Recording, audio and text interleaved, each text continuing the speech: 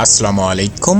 আপনারা ২৮তম আনসারে ব্যাটালিয়নে আবেদন করেছেন আর সকলেই মাঠে যাবেন। তো আমরা ২৮তম আনসার ব্যাটালিয়নের মাঠের কার্যক্রম কিভাবে হবে বিস্তারিত আলোচনা করব। সর্বপ্রথম আপনাদের আনসার ব্যাটালিয়নের মাঠের যে কার্যক্রম অর্থাৎ আনসার ব্যাটালিয়ন শফিপুর গাজীপুরে আপনাদের কিন্তু মাঠের কার্যক্রম হবে।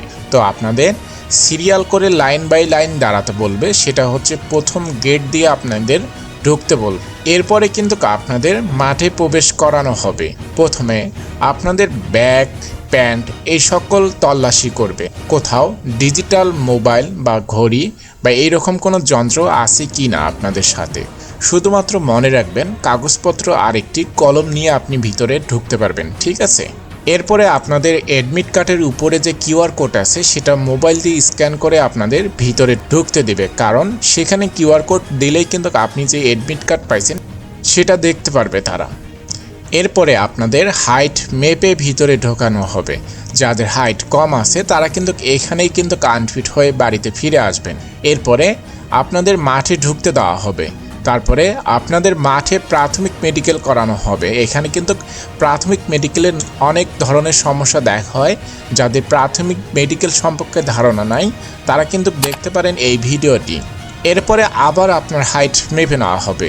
হাইট মাপার পরে আপনাদের লাইন বাই লাইন দাঁড় করানো হবে। আপনাদের হাইট যার যেরকম তাকে সেরকম লাইনে দাঁড় করানো হবে, ঠিক আছে।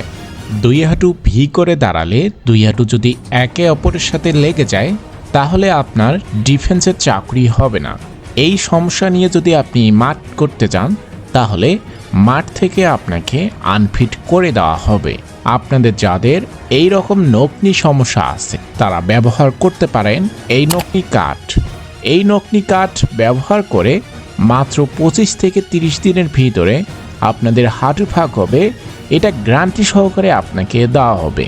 আপনারা যারা চান যে এই নকনি কার্ডটি সংগ্রহ করতে অবশ্যই আমাদের ফেসবুক পেজ ডিফেন্স কেয়ার অথবা আমাদের এই হোয়াটসঅ্যাপ নাম্বারে যোগাযোগ করে এই নকনি কার্ডটি সংগ্রহ করতে পারেন।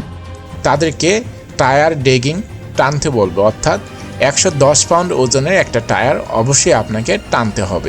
এরপরে আপনারা যারা এই সকল ইভেন্ট পার করতে পারবেন তখন কিন্তু আপনাদের কাগজপত্র যাচাই করা হবে। আপনাদের যদি কোনো প্রকার কাগজপত্র কম থাকে তাহলে কিন্তু আপনাকে সেখানে কিন্তু আনফিট করে দেওয়া হবে। এরপর সব কিছু ঠিকঠাক থাকলে অবশ্যই আপনাকে চূড়ান্ত মেডিকেলে নিয়ে যাওয়া হবে। চূড়ান্ত মেডিকেলে সব কিছুই কিন্তু আপনাদের টেস্ট করা হবে। যদি চূড়ান্ত মেডিকেলে আপনি ফিট থাকেন তারপরে আপনাদের লিখিত পরীক্ষা দিতে হবে। লিখিত পরীক্ষা যারা পাস করতে পারবেন তাদের কিন্তু ভাইবা নেওয়া হবে, অর্থাৎ মৌখিক পরীক্ষা গ্রহণ করা হবে। যারা এই সকল ইভেন্ট পার করতে পারবেন তাদের কিন্তু ফাইনালি চাকরি হয়ে যাবে এবং আপনাদের কিন্তু নিয়োগপত্র প্রদান করা হবে। আপনারা যারা ডিফেন্সের জব সংক্রান্ত তথ্য সবার আগে পেতে চান এখনই ডিফেন্স কেয়ার চ্যানেলটি সাবস্ক্রাইব করে পাশে থাকবেন।